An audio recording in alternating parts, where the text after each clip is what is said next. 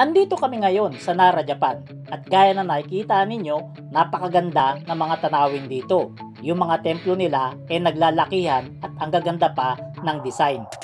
At nagpunta kami dito sa may deer park. Dito pwede mong pakainin yung mga deer. Bibili ka lamang ng pagkain doon sa mga nagtitinda. 200 yen lamang yung pagkain. Murang-mura, di ba?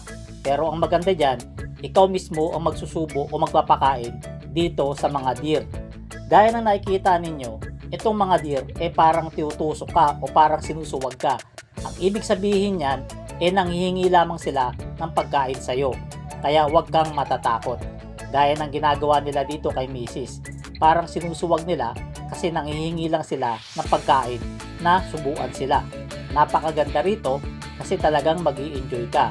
New experience kumbaga dahil walang ganito sa Pilipinas. Dito lamang yan sa may Nara, Japan. Kaya nag-enjoy talaga kami dito. At pagkatapos namin sa Nara, dumiretso kami sa Osaka Castle. Gaya ng nakikita ninyo, napakaganda ng castle na ito.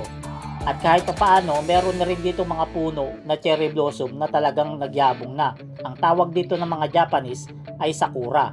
Dito sa Osaka Castle, napakaganda talaga ng tanawin. Makikita mo ang castle na ito ng malapitan na talagang obra maestra ng mga Hapon.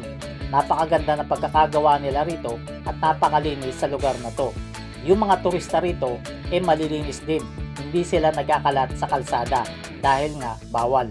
Gaya ng nakikita nyo sa video, meron na rito kahit papaano mga sakura. Ito yung tinatawag nilang cherry blossom. Kaya pag napunta kayo dito sa Japan, wag na wag nyong kakalimutang bisitahin itong Okasa Castle dahil napakaganda talaga nito at sulit na sulit ang pera mo kapag ikaw ay nagpunta dito. So hanggang dito na lamang. Salamat!